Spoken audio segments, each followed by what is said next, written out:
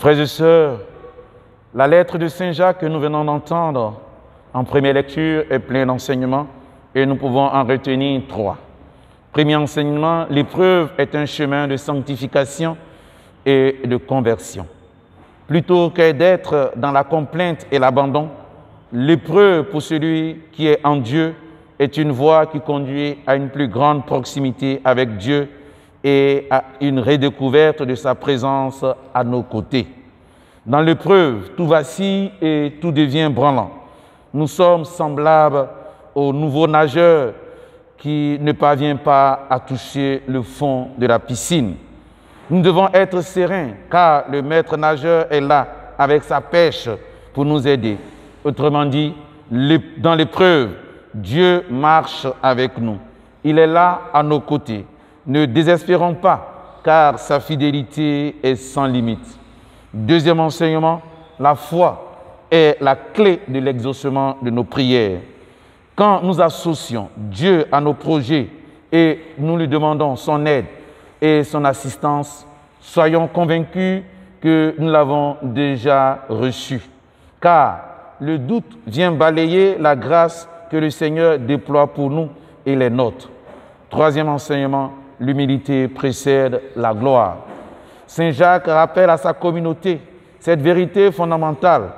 Si Saint Jacques rappelle à sa communauté cette vérité fondamentale, c'est sans doute parce que certains chrétiens parvenus à des ascensions sociales ont commencé à développer des attitudes d'orgueil et de vantard. Si Dieu nous élève, c'est pour que nous puissions élever ceux qui sont autour de nous.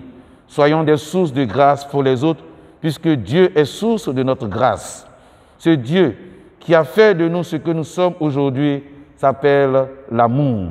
Cet amour est inscrit au cœur de l'homme à la création et plus encore au cœur de l'homme et de la femme. La figure de Saint Valentin nous donne de célébrer de façon particulière l'amour entre l'homme et la femme.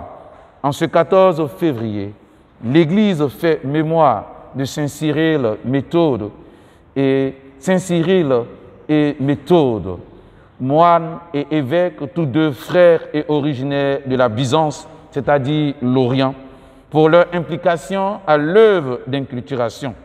Mais le monde fait mémoire de Saint Valentin comme patron des amoureux. Il est juste et bon, et même fondamental, que le monde s'arrête un jour pour célébrer l'amour entre l'homme et la femme, source de renouvellement de l'humanité.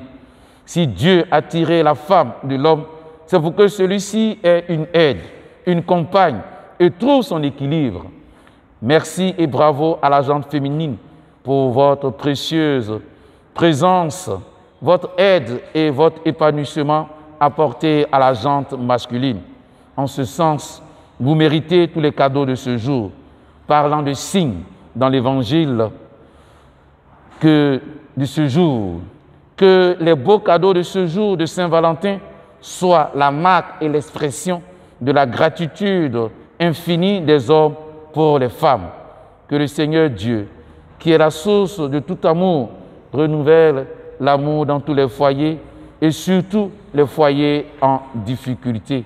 Et que le Seigneur, par son esprit, soutienne tous ces jeunes qui aspirent à fonder un foyer, sur lui le roc éternel et le vivant à jamais pour les siècles et des siècles. Amen.